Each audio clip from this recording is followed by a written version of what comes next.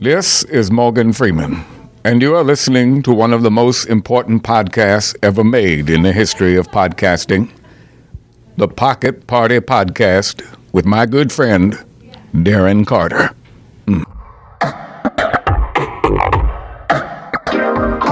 Everybody listen to Darren Carter. Yeah. We all know he's the party starter. So if you want to listen to a podcast for free, listen to a Pocket Party.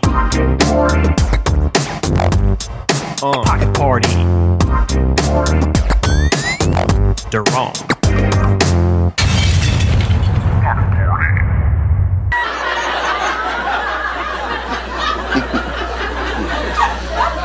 There was a couple that got lost in the corn maze, and they actually ended up calling 911. Did you see that? Yeah, I mean, they got really lost to the point where, like, everyone left, like, all the employees went home. It was like 2, 3 in the morning. You know, I don't know if the guy was just hard-headed. I never asked for directions, Becky. We're gonna find our way out of this. Then again, you must be. I mean, it's corn. It's not like it's like steel and cement. Couldn't you just be like, let's go? I hear traffic that way. That's the road we drove in on. 911, what's your emergency? We're trapped. We're at Mr. Pickle's pumpkin patch.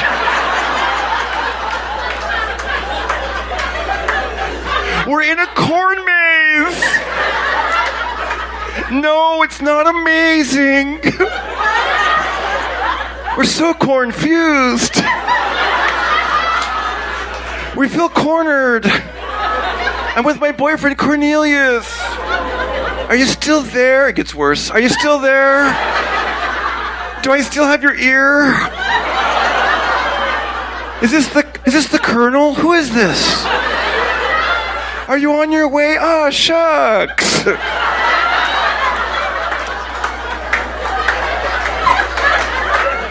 This is so corny. Okay, And we're back. Hey, everybody, it's your host, Darren Carter, the party starter. Did you like episode 161 last week with Brian Holtzman, History in the Making? A lot of people checked that out on YouTube. That was pretty cool. Go to YouTube if you want to see the visuals of that. He was wearing like a bright red sports coat with like a Western-style shirt and some plaid pajama pants. And the guy is just like a nut who's learned to be what I just found a new term, a front-facing comedian. He's doing it. He's vlogging. He's putting himself out there. It's pretty good. Episode 161 with Brian Holtzman. The week before that, number 160, we had Jimmy Brogan on. Jimmy was great. He's got a new book. 159 with Craig Coleman, Down Home Stories. The guy's lived a wild life with some bad jobs and just some exciting stuff that's happened. Episode 158, I am so happy to have Rick Ramos on the podcast. Watch this. I listen to his podcast. He knows so much about the blues, so much about movies. You probably heard him on the radio on KLOS. He's the movie guy on there with Fraser Smith. And also, Fraser Smith was on episode 157. It goes on and on. Lee Syed from Joey Diaz's podcast is on 155. What have I been doing? I've been doing a new tire exercise, racing tires with my son. I put the video on YouTube, and I got to tell you, there's something about finding a new exercise or creating your own exercise, especially if you do it with a friend or a relative or someone you love. It makes it even better, like a little competition. And we did that. I think we called the video NASCAR Driving Without the Car. And the idea is you take these little tires and you throw them, and then you race each other to a finish line, and then you got to go back. And now we've played ring toss with the tires, so you actually have to push the tire, like throw it up in the air and have it land on a pole.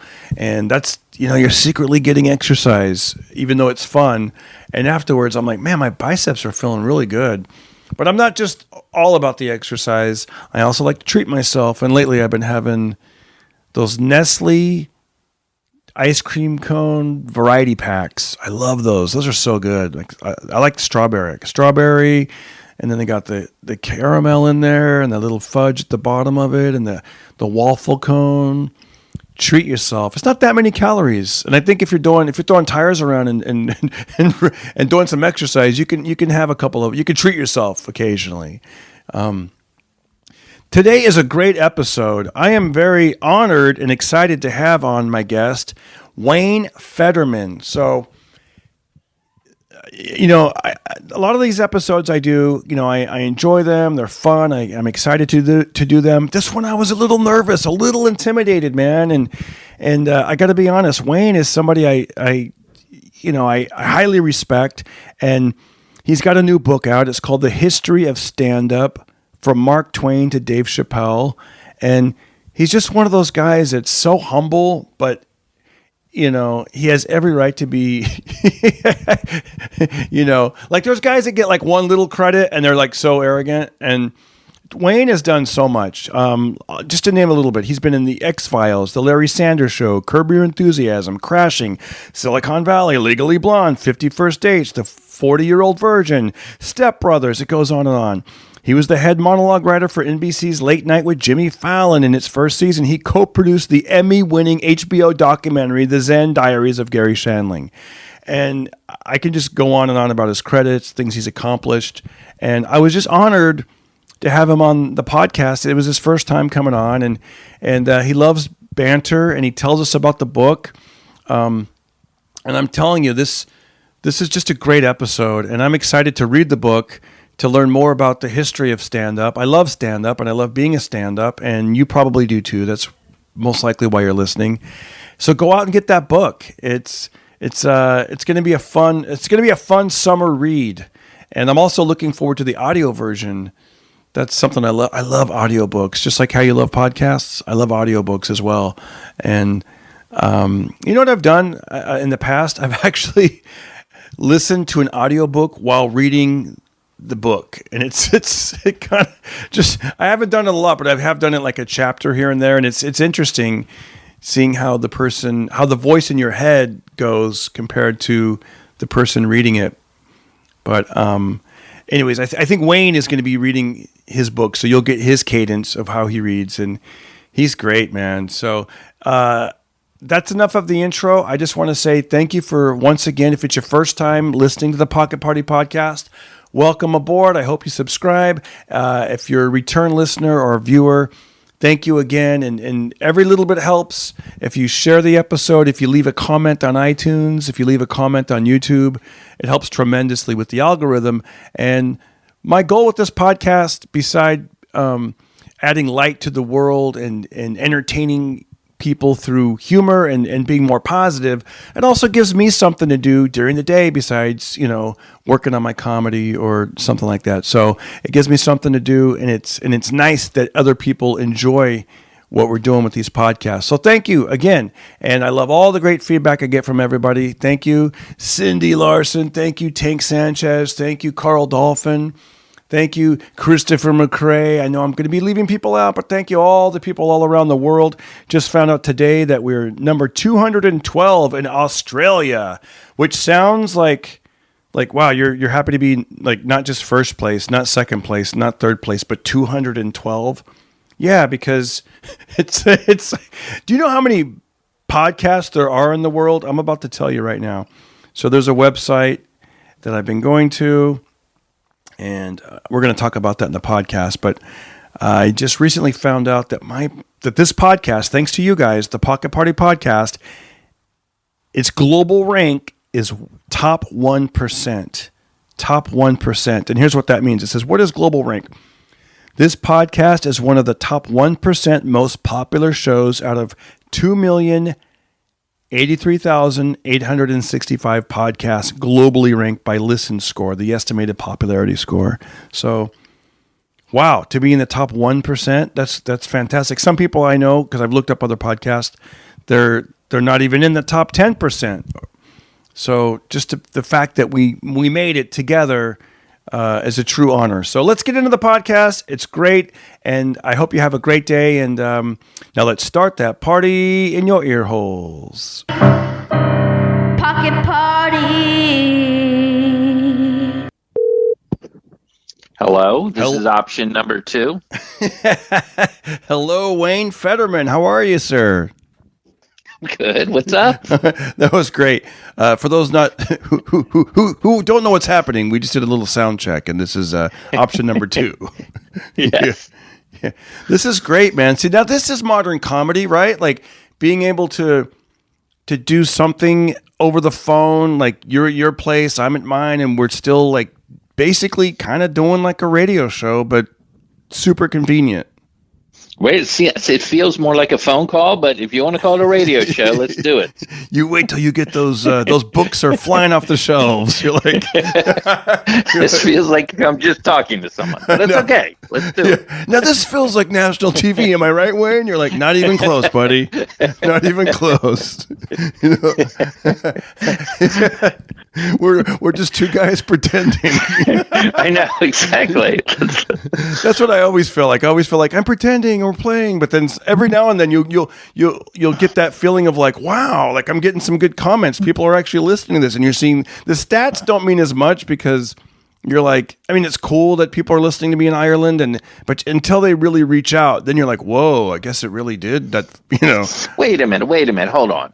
Are you telling me you have fans in Ireland, in Dublin, that are reaching out to you? Come on, is that true? They according to the stats, they download it. But Wait a minute. What stats? What stats are you looking at? What site are you? I'm going to tell you a site right now. There's a site called, and I'm only saying this site because I do. Apparently, it looks like I do well on there.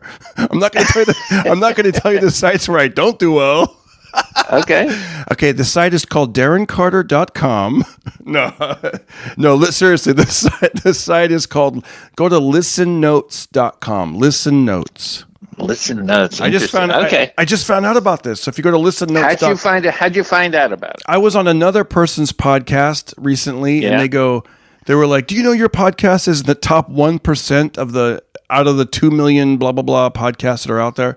And I'm like, mine? Pocket Party? And he's like, I go, are you sure? And he's like, yes, go to Listen. And I looked up, I started with Joe Rogan, and I'm like, okay, he's got like 0.01%. And then I looked up other ones, and some were 3%, 10%. And I don't know if any of it means anything, but right. I was like, okay, I'm in this pot, it's maybe because I have 161 episodes. So I something, who knows? So is this episode 162? I believe you're going to be on episode 162. Love Yes, it. That feels yes. good. That feels very Feels good, to me. right? Like you don't want to be. Yes. I always, sometimes I have mixed bag feelings about episode 1 when someone's like, Really? if they're like, be on my, really like being on. I sometimes like being on people's podcasts, like the first episode, the debut. But then other times I've done it, and then they only do like 12, and then they quit. And I'm like, oh, like. Wow. I'm like, invite me on episode 20. That way I know. I got it. You want to be on a successful podcast that has some legs before you risk spending 30 minutes of your life with somebody. Dude, you do like doing banter. Before you go, I like doing banter. I'm like, hey, wait, I'm going to call you. You're going to roast me, and then we're going to hang up. And I'm going to be like, what the hell was that? Come on. That is so far from a roast. I know. You're like, let me show you a roast. I'm like, finally, the people in Dublin are like, that was the best episode. 161, 162. Well, I think, I'm sure they're going to be happy with that impression. I know. Yeah, like they don't. I know. Why do I always do it? That like Irish people don't have a deep voice. It always goes right. up. It's always a high voice. Yeah, it's never top of the burden to you. Right. It's a chambermaid that came in. Oh, excuse me. I didn't know you're still sleeping. Yeah, it's either that or the Popeye, like shiver me, and even that's high. Shiver me timbers. Ooh. Oh. Is that Irish? I don't know. I said shit. Who knows? I said shiver me. Popeye Irish? I'm Irish. I don't know. I doubt it. I don't think so. He never wears sunblock. He's like, I remember. Well, anyway, thank you for having me on. It's called the Pocket Party, right? Pocket Party Podcast. Yes. Oh, it okay. is. I'm sorry I didn't have the word podcast. Oh, yeah, you can just say pocket. Well, see, if I say Pocket Party, here's the thing, Wayne. I didn't. Yeah, let me hear. I had no idea. When I named this podcast, I was thinking like, oh, this will be great. Like when it'll be like a party in your pocket, like meaning the device. Like people will whip out their phone. Yes, I like it. I got it. There's a party. People are talking. And then the very first night, I was so excited. I was like, party in your pocket party. I'm the Darren Carter, the party starter. Yeah. So I'm thinking there's going to be a theme, pocket party. I remember I went down to the patio of the Comedy Store, and I was like, hey, I started my podcast. And the guy goes, what's the first comic I ran into? He goes, what's it called? And I go, Pocket Party. And then here comes all the dirty jokes. Oh man, I was just like, wow, I did not even. Oh yeah. I didn't even think of it like that. I know, neither did I. That's where we're at. I go more for clean, straight insult humor as opposed to dirty humor. Exactly. I'm like, sometimes I say it on stage that, hey, my podcast, Pocket Party, and they kind of giggle like, and I'm like, no. Oh, does that mean like you're touching yourself? I think so. Like this I guy, got it. Yeah, this guy told me that when you're in jail, man, you like put your hand in there, you're like having a pocket party, and I'm like, oh man, again with the Irish accent. I know. Exactly. How many times are you gonna do it? I know, right?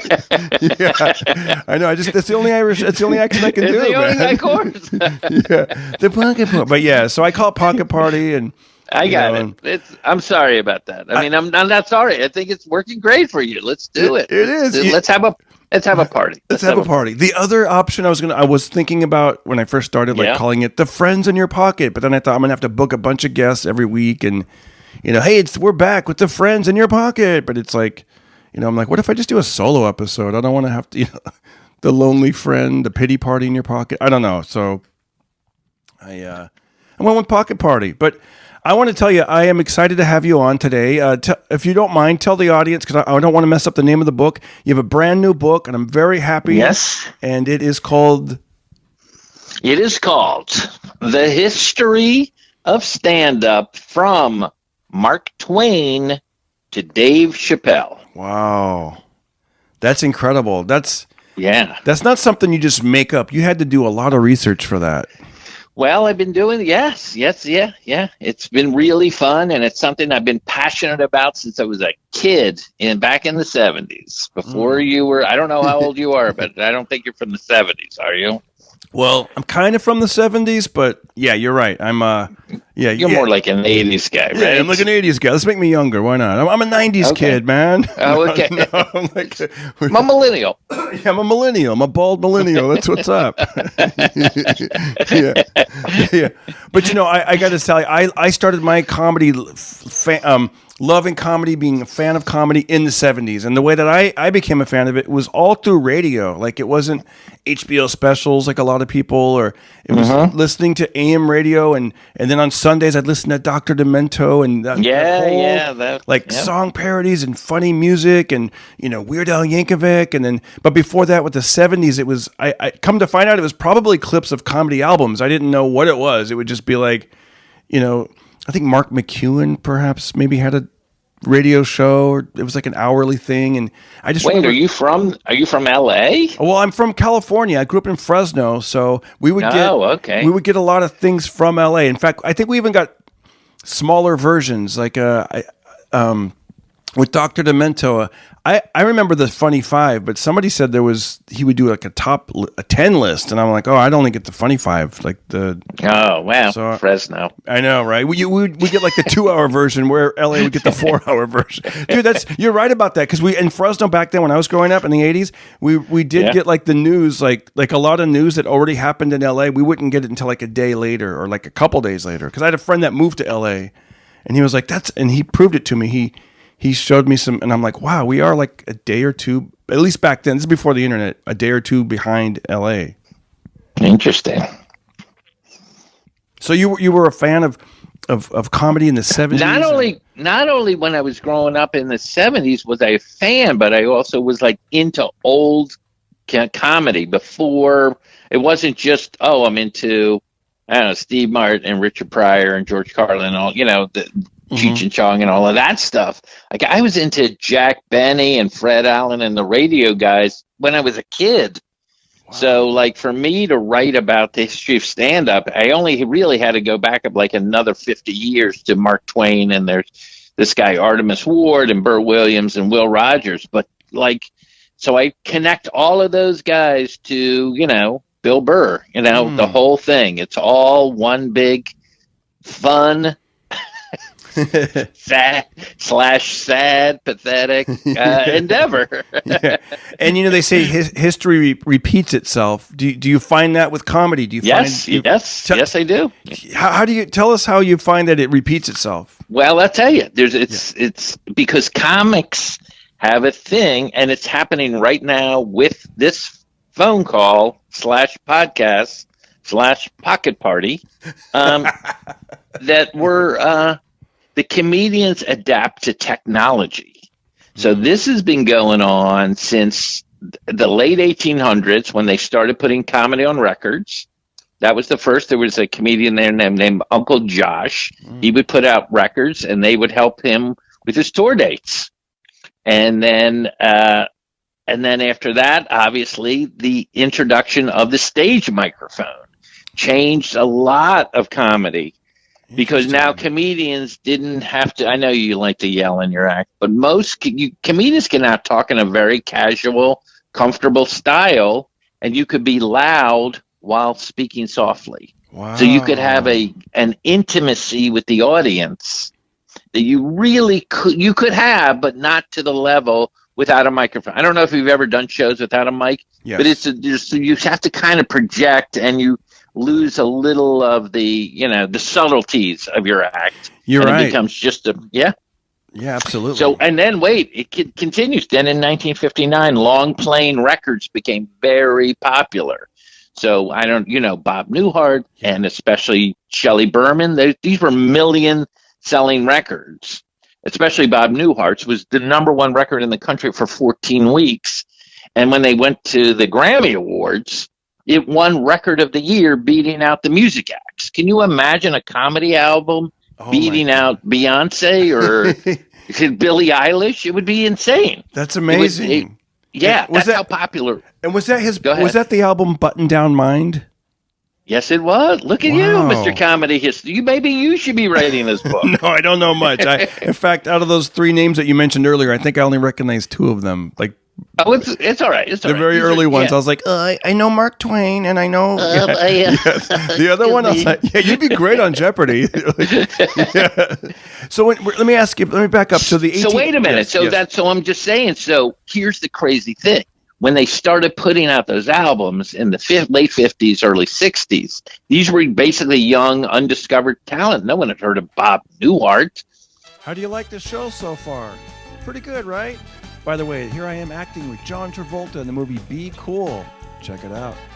If you like this show and you want to show your support, every little bit helps. Go to DarrenCarter.com. I'm on PayPal or Venmo at Darren Carter Comic on Venmo. Also, I'm available on Cameo and also Jemmy.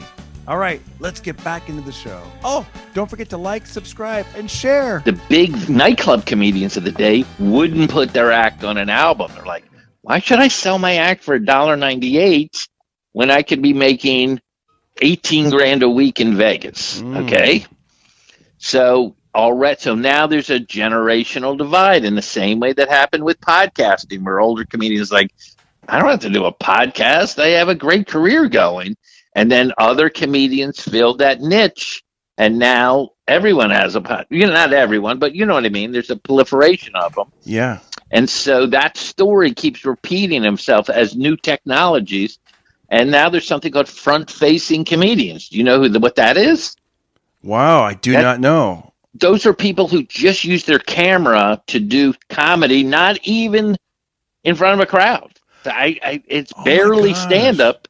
Yeah. And a couple of them just got big specials doing that stuff. So it's like, so that's like you asked, does it keep repeating? Yep. As new technologies come in, comedians that are sort of on the outside who can't do club dates, they figure out a way to get into the pool, get into the comedy pool where we're all swimming, right? Right. And you're right. There is a certain technique to that, what you just described as front-facing comedy. I've seen people where they do it in shortcut. Like it'll be a 1-minute video and they'll be in their truck or their car, their bathroom, wherever they're at. And they're like, you got it. And they got the technique down where they'll zoom in real quick and then zoom out and blah, blah, blah. And add, yes. The blah, blah, blah part is incredible. It's the blah, blah, blah. Exactly. It's like, and it works. And it works. And as you become, like you said, when things change, there's that feeling I sometimes get, and I'm not going to lie, the resistance, like, I don't want to do this.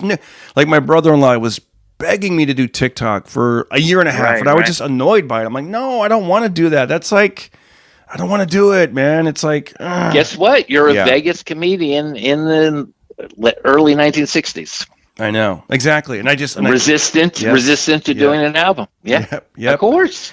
And then I was like, course. okay, I'll and then you realize like, oh wait, it is a thing. And then it's almost like somebody who joins a cult or something. Then I'm telling all my friends, you got to try this thing. It's TikTok. It has green screens and it has music and you know. Okay, you will admit, there's some hilarious stuff on TikTok. Oh, there is. Yes, incredible stuff. So, yeah. So anyway, so that's the story of stand-up. It's but basically, it's usually stand-up comedy usually involves an audience where you're getting a reaction from them. But but if you've done Zoom shows and people are on mute, sometimes you're just like, what is happening? What am I even doing here? Yeah. Have you had let me ask you a quick question, then we'll get back. Have you had a bad show on Zoom and have you had a great show on Zoom? Well, I love that you start out with the bad show. I'd like that you immediately. I want to hear about your horrible life. Yes, I would have some shows that I would use. I wouldn't use the word bad, but I would use the word challenging. That's good. I like that. I kind of reframe it a little bit. That's how I can sleep at night, Darren. I'm just going to re-edit the word Zoom and say theater because theater sounds way better. Tell me about your best theater gig. Your worst show you ever did. Yeah. But I've had some good shows on Zoom. I found like Zoom really forces you to be very clear with your intention. Yes. You can't just kind of meander a little bit. You got to like really lock in. And so they're good. I mean, it's not as good as being in a club, obviously. So, anyway, it's another. How about you? How do you do on Zoom? I definitely made the adjustment. I've told the story a bunch of times, but I'll say it again. Okay. You don't have to. But I'll tell you, the very first one I did, the guy was very supportive. He would always so I was like, okay, he wants me to do it. He's not even a comedian or a promoter. He's just a guy who's like, do you want to do this thing? And it's for a good cause. I'm like, I'll do it. And it was really weird for me because I'm in my kitchen at the table with the laptop. I made sure my wife and son were out like grocery shopping. I'm like, I need the place to myself. This is embarrassing. I don't know how it's going to go. And honestly, I only saw one person watching because there was all the other squares, and it was a lot of comedians who didn't want to be on camera, so they're like stepping out of frame. And it was just one kid eating cereal, and he's like eating cereal, and I'm just in my mind. I left the moment because you're supposed to be in the moment, and I left, and I'm thinking this is so ridiculous. And it was right in the middle of a bit about my wife, and I'm thinking, why is this kid watching? He doesn't care about my relationship. And then his mom comes over, and she's like looking over. She's like, "What you watching?" And she's like squinting into the camera. And at the end, I was like, "Good night, everybody," or whatever. "Good morning," whatever time of day it was, and it just felt so weird. But that sounds bad. And I just closed the laptop and was like, ugh, But then you get, like you said, you get better and better. Then I realized, like, oh, I can adapt. I can, since it's like close up magic or whatever, close up, I can actually hold up a couple things like props. Yes, you know what I mean? You realize, like, okay, your theater is that square, and you can do whatever you want. You're only limited by that. But back to the 1800s, I didn't know they had records. I didn't know they had. I didn't even know they had records. That was the greatest. First of all, can we just stop for a second? Yeah, like we're talking about. And then I closed my computer. Back to the 1800s. I want to time travel. That was amazing. Hold on, my neck is all right. That's all right. I'll just have to wear this brace for a couple of weeks. Exactly. Yes. Yeah, they had records in the late 1800s. Yeah, that's amazing. In fact, I think I write it in the book. I don't know if don't hold me to the date, but I believe in 1888 was the first time anyone ever recorded a comedy monologue on record, and that was in New York City. This comedian Marshall P. Wilder. I know you've never heard of him. No, haven't. I know you've never opened for him. I know Didn't you middle for Marshall P. Wilder? You'd always get mad at me that I wouldn't pronounce the P. I was like, I leave it off. What it was? Yeah. God, that guy was a jerk. So it goes back to 1890s, definitely. No, it's a fun story. It's a really fun, interesting, and no one's ever written directly the whole history of it from beginning to right up to through pandemic. I talk about what they had to do to adjust besides the Zoom shows, like the outdoor shows, drive-in shows. I don't know if you did any of those. I have. And then one of my favorite was in New York City. They used the last train of a subway that went up and back as a comedy club, as a rolling comedy club, the number one train. Wow. And what decade was that in? That was during the pandemic. That was 4 recently. months ago. Oh, shit. Yeah, Oh, really? Yeah. Wow. Yeah, I'm sorry. Yeah. Right up to, that was during the pandemic because they weren't allowed to congregate in New York except in churches. And so, because there was slightly less restrictions than churches. So that was interesting to me. And then, vaudeville's interesting to me. So it is. When you said the thing about the train, that reminded me, I did a show back in the 90s where they hired me to do comedy on a bus. I lived in San Diego for a while, and the bus ride was from San Diego to Tijuana. And the idea was they wanted me to do comedy and for a half hour and then pass out tequila shots. And wow, that was a party bus, right? It was and how many was it? Like a full bus, like a regular, where there's two seats and it's like a whole thing. Like one of those little party van. It was things. A full like real bus, actually it was a party, but it was like a party bus because I remember I could walk up and down the aisle, like it wasn't like Greyhound, and it was a corporate gig. There were a bunch of salesmen from Iowa or something, and do you think that was a good gig or a challenging gig? No, I think that sounds like a good gig. That sounds like a low stake gig, and you have to.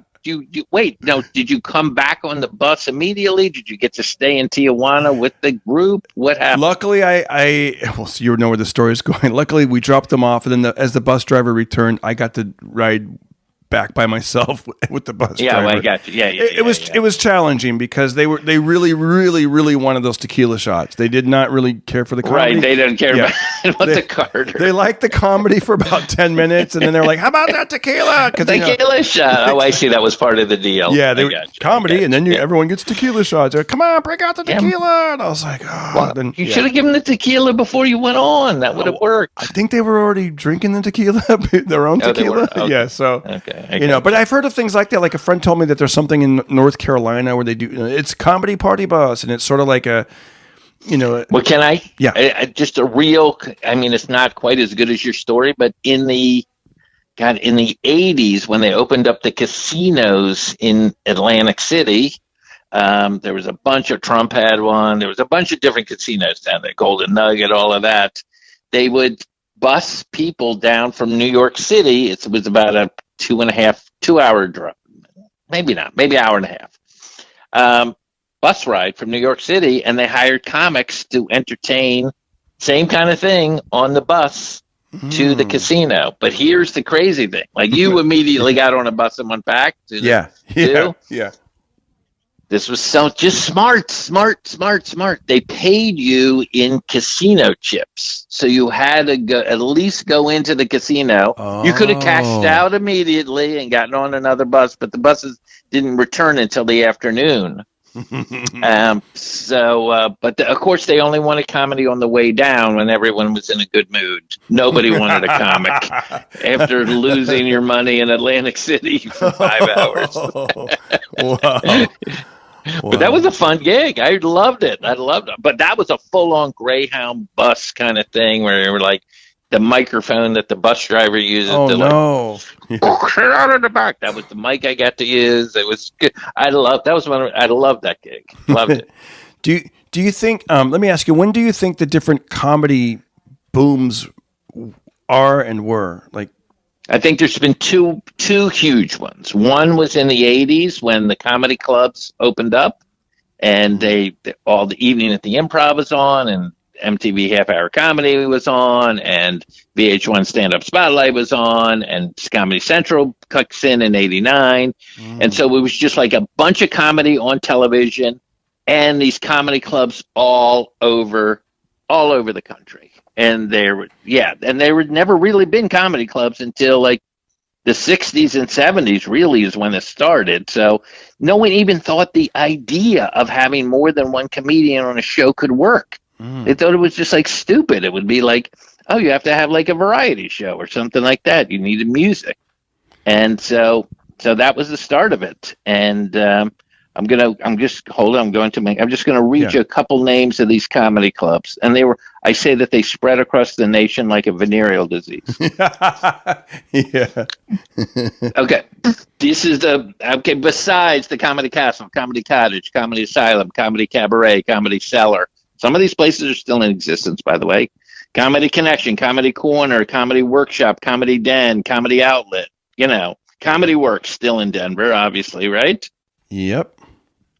But this was my favorite, was the ones that were like these fun, humiliating names. Jokers, Giggles, Tickles, Chuckles, Rascals, Bonkers, Zany, Stitches, Crackers, Yuck Yucks, Punchline, Slapstick, Laugh Stop, Funny Farm.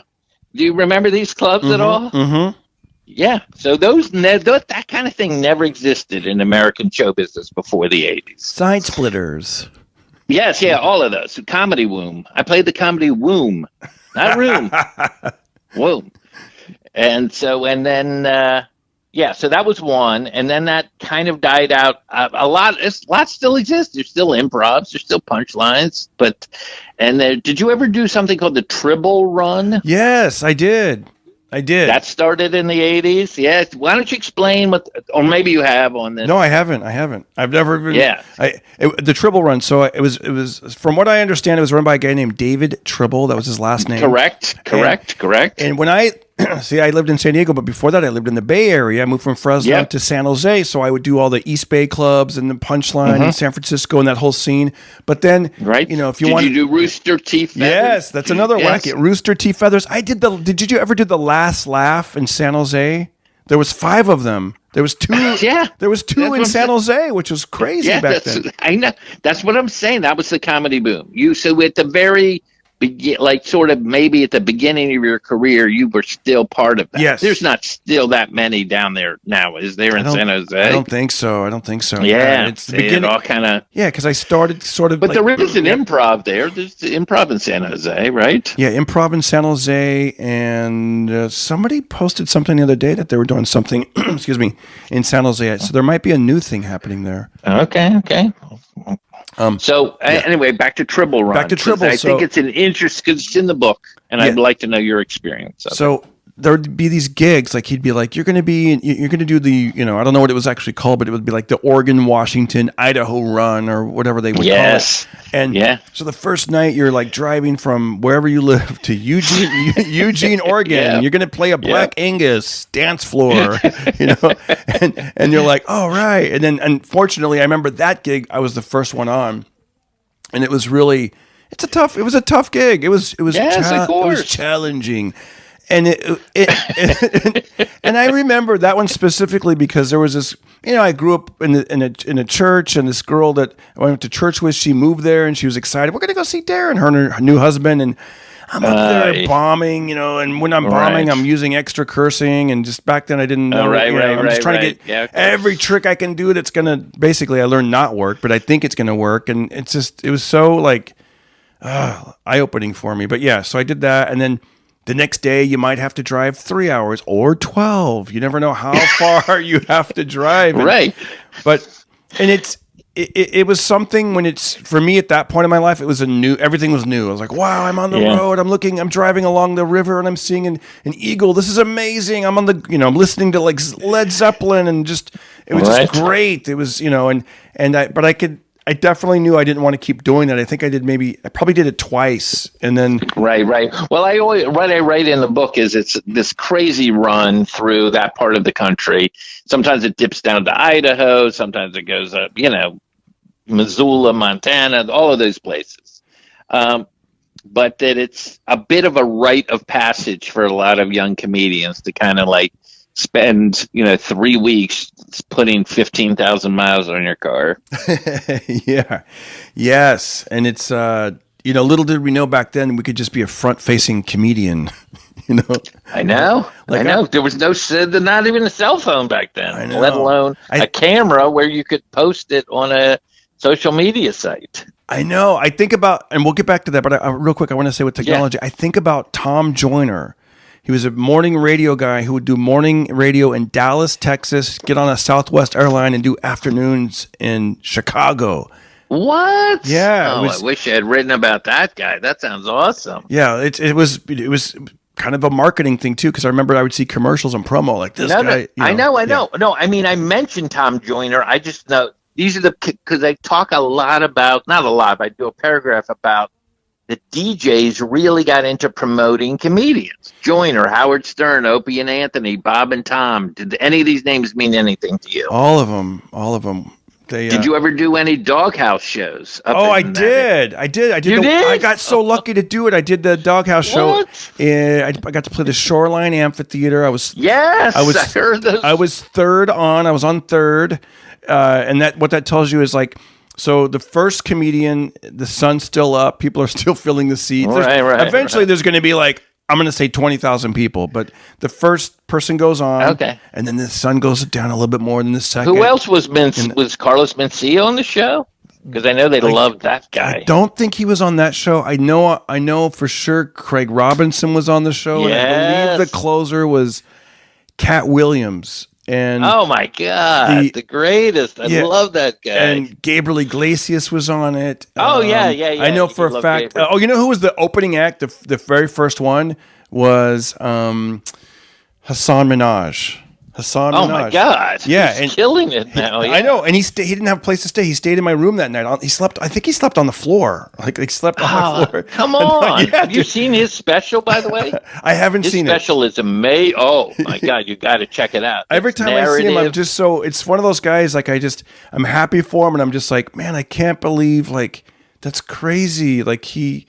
You know what I mean? Yeah. Like, you've seen it where someone's like opening for you and middling or whatever, and then they go on to be like a super. It's like, wow. Like, it happened with me with Adam Sandler. So wow. Okay, so Angela Johnson, I think she was second. I think that year, and I was third. I think I could be wrong on that, but I think so. Yeah. And then she went on to be huge. Like, and I remember at the end of the night. This is back in 2008, and I remember at the end of the night, I asked the guy.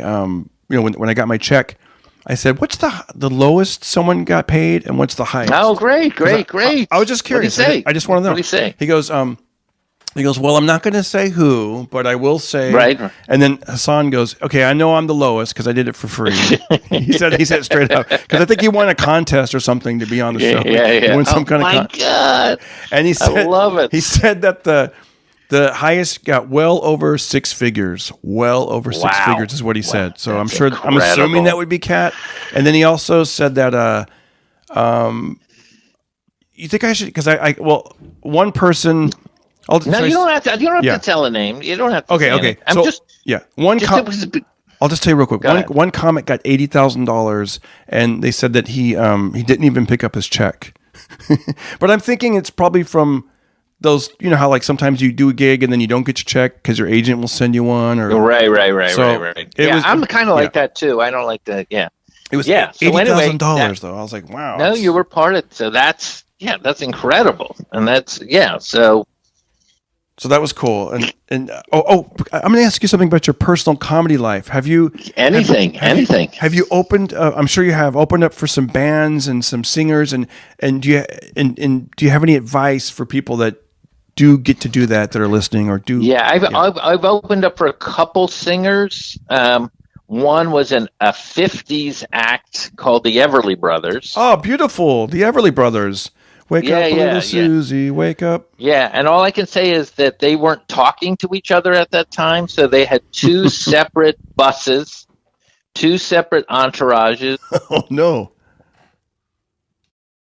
Different parts of the stage. When they got to the stage, they'd be like, bye, bye, love. They do the whole show and then exit different ways, and that was it. It was the most amazing thing I'd ever seen in my life. Do you think the audience picked up on that, or? Nope. Not in the least. They were their show was like dream. Oh, no. And literally because they have to sing in harmony, it was like perfect harmony, and I was like, this is imperfect. I wanted to call it imperfect harmony, but it was like that was a real like insight into show business. Like, okay, we're gonna slap on the makeup and do this for the fans. Wow, I would imagine when you said separate dressing rooms, separate buses, and they even had separate comedians opening for them. I'd go on first, and then the brother would have his favorite comedian. Exactly. So here's my advice: always try to work clean in front of a music act, because usually the people there that are there to see the music act aren't there to see you, and they don't want to be offended. True. That would be my advice. Yes, because when you're dirty, they can. Now they have a reason. They don't want it. Yeah, they don't want it. They might be there with their kid, and they're like, "You think?" And they're like, "I don't know." All of a sudden, they don't need to be embarrassed. That's a lesson I've learned. Is a crowd can not like you, but then when you curse, they can hate you. Now they justify it. They can be like, "You're just so filthy," and blah blah blah. So I learned a long time ago. Don't do that, and just no. Obviously, if you're in a club, if you're in the what'd you say, the floor of that gig you were doing? I want to say Ground Round, but that wasn't it. It was like Black Angus. Oh, the Black Angus. Right? That's right. Yeah. The Black Angus. Sorry. Yeah. Like when you're in that, and when you're with three comedians, everyone's there to see comedy. Then you can curse a little more. But it's like, yeah, that would be my advice. Any other questions? Any other questions? Do you? Gosh, this is good. Sorry to put you on the spot as an interviewer. I know exactly. Well, no, because you're so fascinating. I almost want to just shut up and let you talk, and I'm interrupting way too much. But no, we can do it. I don't care. We don't have to have any questions. I'm enjoying just going back and forth with you. First boom, 80s. The second boom, was the digital one. The digital one that we're in. Right, we're still in it. Even though I feel like it obviously. The pandemic changed it in a big way, because now comedians are doing these shows, international shows, from their living rooms. But yeah, this is the second. This would be the second one, and started around 2006 with Facebook. There was a guy. Excuse me, YouTube, MySpace, maybe. Yeah, well, MySpace in 2003. Obviously, Dane Cook had that incredible start with it. That was the start of it. And then and Dane Cook's career goes into this crazy hyperdrive, and he has 1 million MySpace fans. And he's not only has fans, but he spends hours and hours interacting with them. Like, it's a real, I feel like that's the closest fan experience probably anyone has ever had with a comedian. Like, I can't believe you could have been a fan of Richard Pryor and had that, or anything. Like, it would just been impossible. You maybe write him a letter, or something like that. And then, so that was like the start of it. And then there was a number of things. There was a message board called A Special Thing that was like for the comedy nerds. And then all of a sudden, and then Twitter hit, and then especially podcasting. Podcasting like changed everything. And then from there was like just a comedy boom. Now you could have 6,000 dedicated fans and have a career, easily. That's so true. And then there's even like, you could do like online merch where they just click a button, boom, they get it. Of course. I need to set that up. I haven't set that up yet, but that's something. I don't know why you're complaining to me. I can't help. What do you think I do? Because you know the history. You should maybe know the future of my what I can do. No, this is just but look, there's some comedians that just don't want to do merch and just want to just do their show and concentrate on that. And yeah, I don't think Seinfeld has merch that he sells. I wonder. Let me ask you this: speaking of like offline merch, like real life in the club merch, do you remember? Yes, yeah. Like, because I know merch became a thing, when I started, it wasn't really a thing. It was like there might be a couple. What year would you say you started? I started in '88, but that was only locally, like in Fresno, local open mic, Like I probably did it once, then did it another time 6 months later, so '89. But it didn't really ramp up till '90. That's when I first like moved to the Bay Area, did real clubs, blah blah blah. But, right. But I did know like back then I would see a couple people do merch. Like I remember Vic Dunlop would do the eyeballs. Yes, and I'd see a couple stickers, and some of those stickers or T-shirts, I think they might even have been like just standard stock jokes, like not even. A couple of them might have been their jokes from their act, but some of them were like just, how's my driving? Call 1-800, or something. Yeah. I mean, there was a guy, I'm blanking on his name right now. Rich Scheidner writes about him in his book about comedy in the 80s, who was like the start of the 80s comedians to do merch. But I think it really kicked up in the 90s when the club scene sort of started to roll back a little bit. Yeah. And then they were like, okay, I got to really maximize this. And then suddenly, don't forget, then you could make a CD, and then you could make your own DVD. Like, people would sell that after the show, and they would sell, obviously, an expression on a T-shirt that they did during their act was like a big seller all the time. Yeah. But here's the crazy thing: doing research for this book, this goes back to the nightclub era. There was a famous singer-comedian named Sophie Tucker. You probably know the name, don't know her act.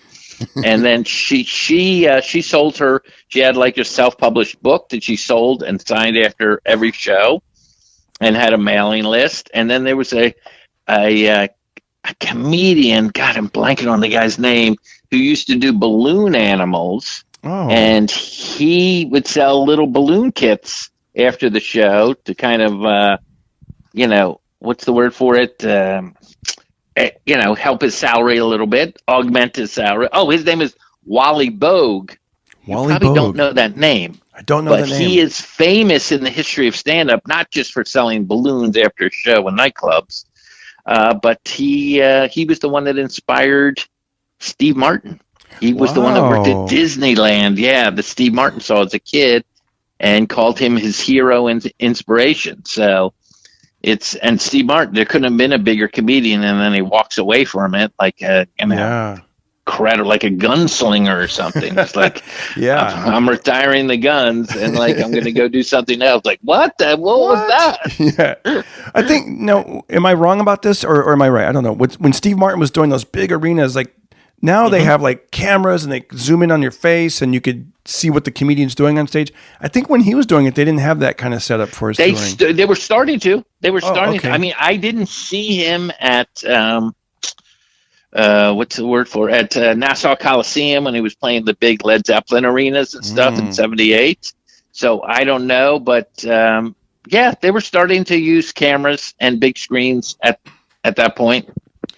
What have you sold merch at your show? Have you done the different things or? I tried recently and I hated it so much. I hated it because I don't like any time I'm feeling rejected. So somebody walks by and I have a CD and they just like, I don't want to. I'm just like, I don't like this feeling. It's not.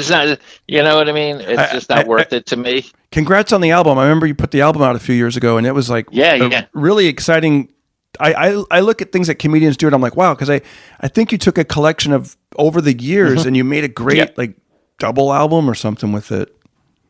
It was actually triple, but thanks for getting it wrong. Really? Oh I'm kidding. That you know about it at all is a miracle. Exactly. I don't know why I'm pretending it's this huge thing. How did you pull that? Was it just from different VHS tapes and different? Yes, That's it so was. cool. You got it. Yeah, it was from a lot of VHS tapes and a lot of mainly VHS tapes. Now looking back at it, and then some cassettes. I had some cassettes of performances. And then they were just sitting on my shelf doing nothing. And then I was like, there was a new technology from a company called Isotope called RX, those letters. And RX is like, I can only describe it as Photoshop for audio. So you can literally see the audio and then carve out the noise. Interesting. Oh, like the tape hiss or all that kind of stuff. Yes, exactly. Wow. Yeah.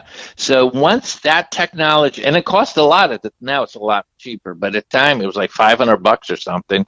And I was like, I think I'm going to learn this technology and clean up these. And then once I could clean up the audio, it was like, because VHS, it's on like a terrible linear track and it just sounds, and then fix it up and EQ it and, and then I was like, this sounds like I can release this. Right. Yeah. It's so good that you had those recordings because I remember maybe back in the 90s, I would have that feeling of like, wow, we just did a show. I just did great.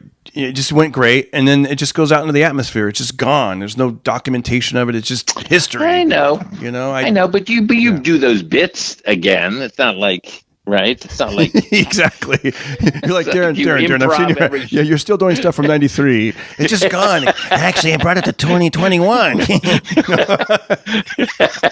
I'm a hoarder.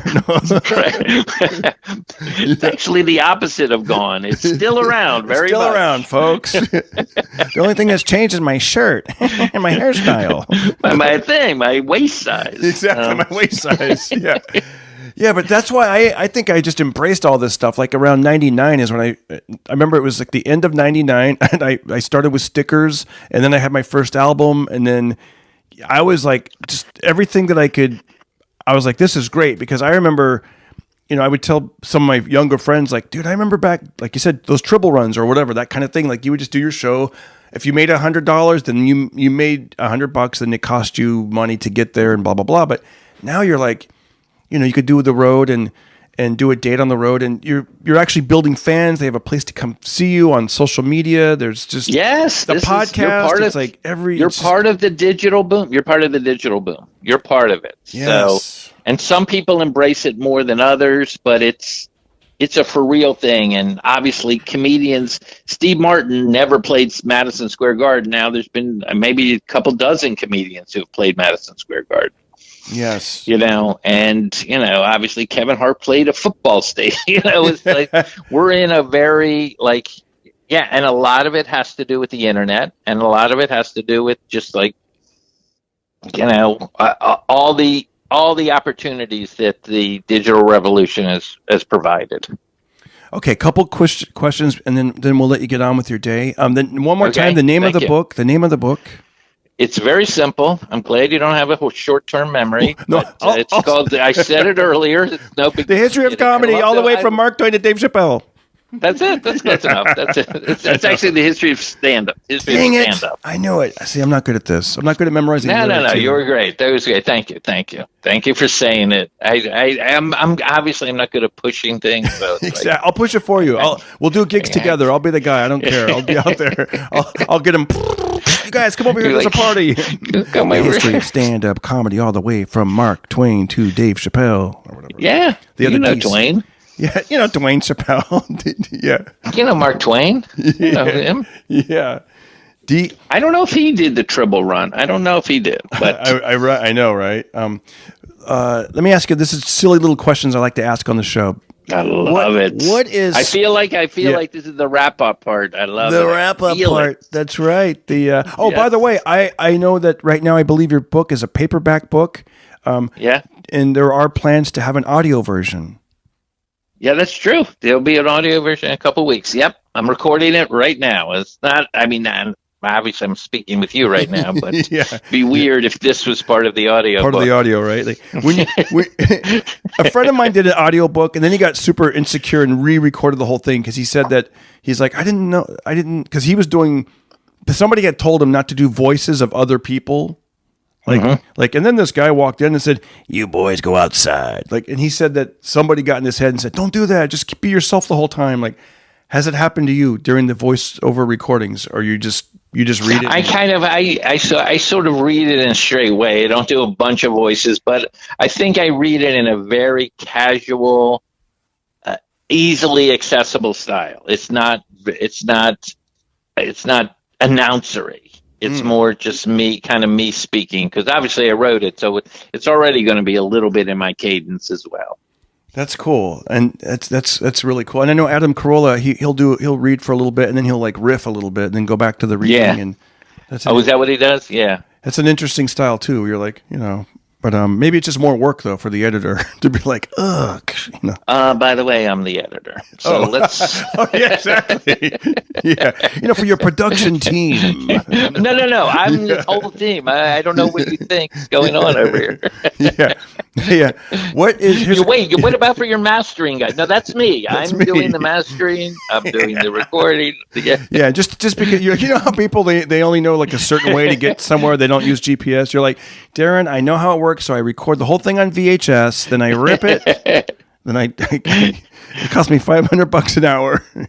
It's like, dude, you don't need to do that. But here's a question. What is the last thing or most recent thing you've purchased that's made you just a little bit happier? Something you bought that made you feel like that was cool. Oh, okay.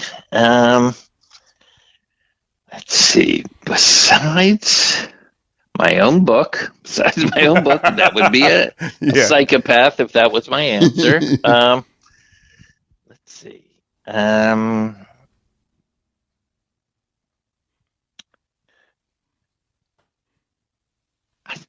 Trying to think. It's like I'm no. This is a great question. I don't want to dodge this question. I don't want. I know that was a crazy long pause. Like, what has made me really? Well, I just I did buy some new over COVID, some new hi-hat cymbals for my drums kit. Some Zildjians. Sweet. Did you get them online or did you get them at like? Yes. Cool. No. It's really great. Really great. That's so cool. And did you use the company called Sweetwater? As a matter of fact, I didn't, but that's a great guess if you wanted to be wrong. So, well, I guess my next podcast of being a mentalist isn't going to work out. And did someone named Dave sell you these hi-hats? No. I got it right up from Amazon. Dang it! No, but I have used Sweetwater for music. I'm a music guy, so I play piano, I play keyboards, I play guitar. And now lately I've been playing drums, so it's just a blast. That's great. My son is Great question. Thank you. He's my son's 13. I'll give him a plug. He has his own YouTube channel. His name is Austin, and the channel is called Os the Bass Boss. Os the Bass Boss. Oh, really? So he plays bass guitar. He plays bass guitar and he plays piano, and he also he with his voice he likes to bring it way down like low, and he loves all that stuff, and he's great. But we went to I've ordered stuff from Sweetwater, and yes, so have I. Great company, right? They do follow-ups. They're just really and I love the feedback and the whole thing. Yes, I've used them many times. I remember I got a package from them, and they included candy, and I'm like, what a great company. Like you get what you order. The weird things. Yeah. The weird thing is, I ordered from them. You got sweets. I got water. They sent water.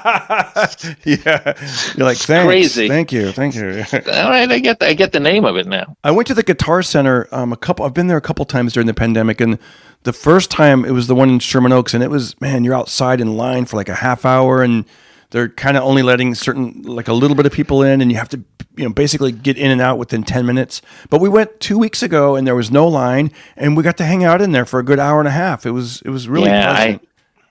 I have to go back there, but until I get my second shot, I'm not going anywhere. Yeah, I don't blame you. They by the way, they were very nice there. Their online Guitar Center, I've had some problems with them, but in store, super. Okay. I know, very helpful. They'll go the extra mile, and I've offered to tip them, and they don't accept it. Let me just say, when you ask the question, what have I gotten that I've really liked? I had no idea this was going to end up you railing against Guitar Center, but you never know. Yeah, it could be no matter what. You could be like, I got some new Converse shoes. You know what? I was wearing my Converse on the way to the Guitar Center, and I just bring it back to. I love Guitar Center. Thanks for asking the question. Yeah, they didn't give me any candy when I ordered from them. And here's my next question. Is there something that you've recently figured out or discovered that's made you like be like, like a little bit happier? Something you've recently discovered or figured out? That has to be like a computer thing. Like there has to be something. Hold on. Oh, okay. Oh yeah. Yes. This is the thing. I've always been. This is going to be. I'm going to make this as brief as possible because people are going to click off all over the world. But I've always been, the hardcore fans in Dublin. Yeah. I've always been. Wayne Federman has always been. Besides someone who speaks in the third person, I've always been someone who's like a chord-based player for music. Like I can play the chords of the song. I can play the D minor 7th to the G7 to the 1 back to the C. I can do all of that stuff. Great. But over COVID, I now can kind of pick out the melodies on the piano and play melody, which is something you don't really need because people sing melody. But I always wanted to be someone who could like, oh, I hear a song and then can pick out the melody. So I've really had a breakthrough in the middle of this whole pandemic. That is so cool. That's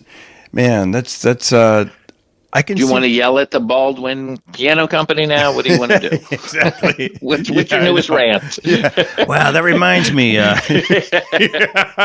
Yamaha keyboard was like the key stuck on it. Exactly. Yeah.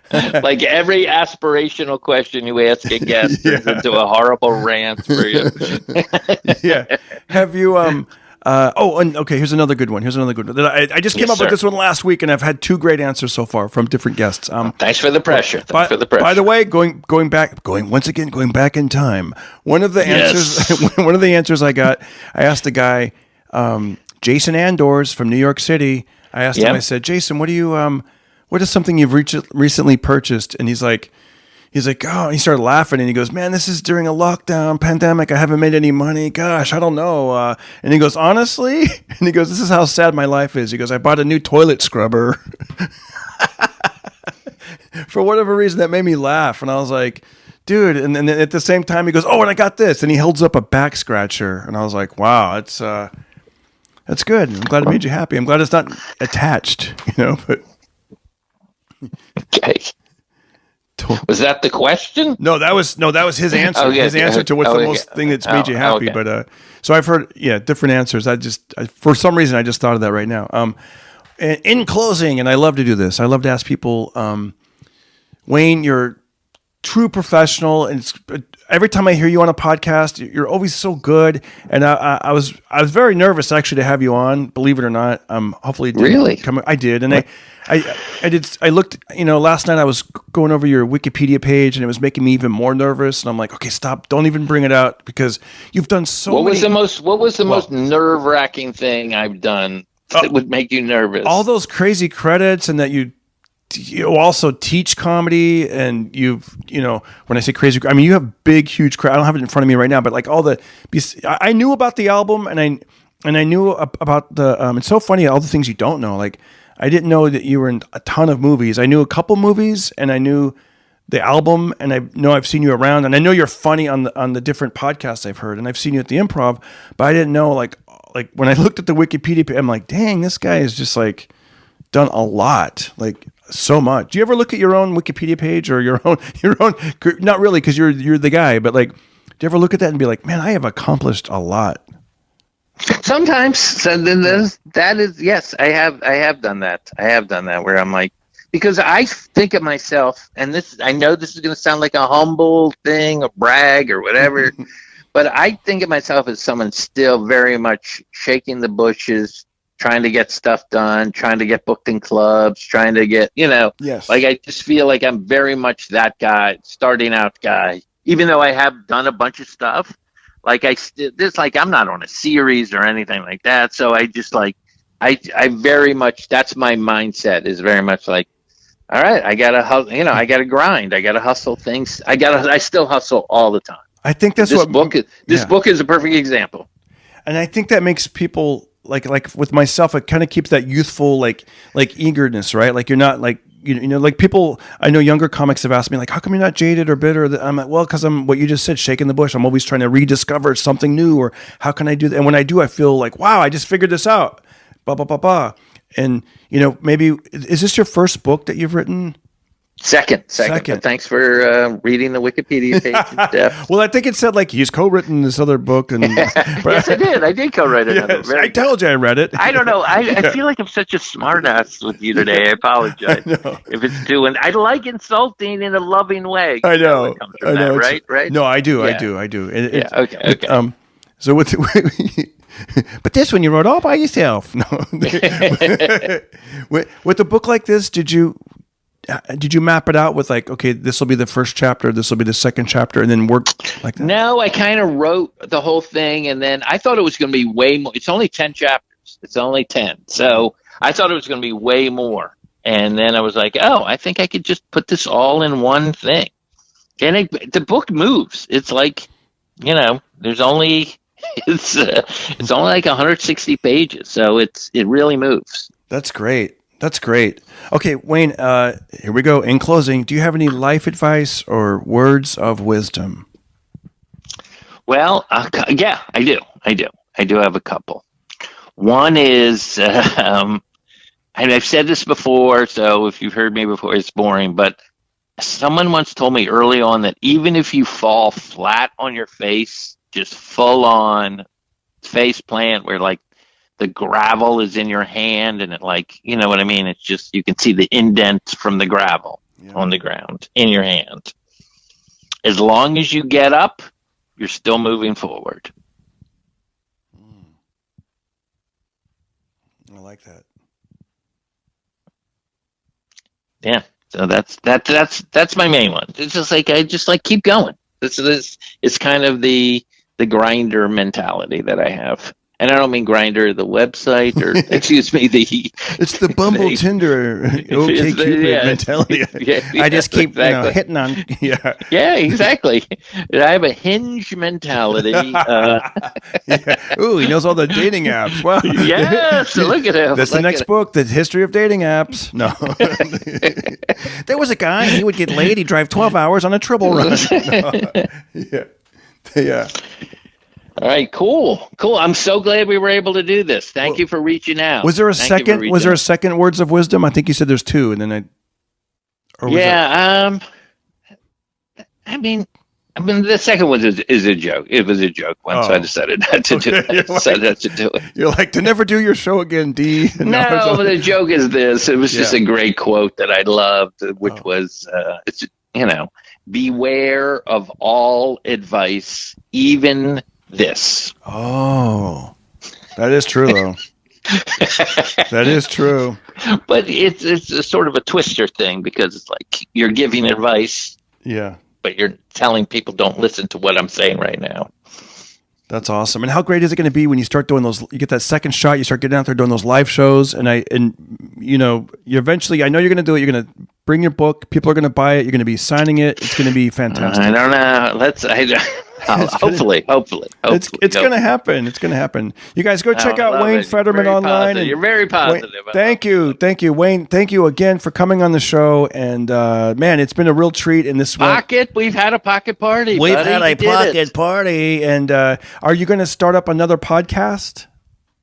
Yeah, well, I do. I mean, part of the book came out of this podcast I do called The History of Standup. So, we're going to be doing another season and probably come out in August. Oh, great. I subscribed and I was like, man, I wish there was more like episodes, but yes. And you're you can't, Thanks, man. You got a great podcast. It's very quality. It's like it's not just a phone call with someone. It's a lot of research, a lot of work. A lot of work.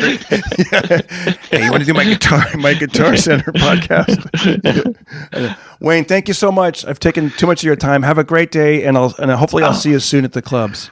All right. Hopefully this recording came out okay. You got it. Thank you. Bye. Right. Later, DC. Later, buddy. We're done with this interview. That was great. Man, that was great. Wayne Federman. Look him up, guys. Thank you so much for starting that party in your ear holes. And if you want to help the show out, go to YouTube, subscribe to the channel, leave comments on my videos, let the videos play, share the videos. Really trying to build up the YouTube channel. And thanks for being a part of the Pocket Party podcast world. I really appreciate all the comments I get and the messages. And I'm available on Cameo. I do personal birthday shout outs, any kind of shout out. I'm available. I'm affordable. I got them rock bottom prices, as they say. I think Snoop Dogg is charging like $1,000. Well, what's cracking? Oh, right. Happy birthday, Marsha. Yeah. $1,000. I'll do it. I'll do it for 25. Also, if you want to donate to the show and help the show grow, your donations go to many, many ways of helping the show. I'm on PayPal. Go to DarrenCarter.com. I'm on Venmo at Darren Carter Comic. That's going to close it for today. And as I leave the boxing gym, I hear the Coach Ward, God rest in peace.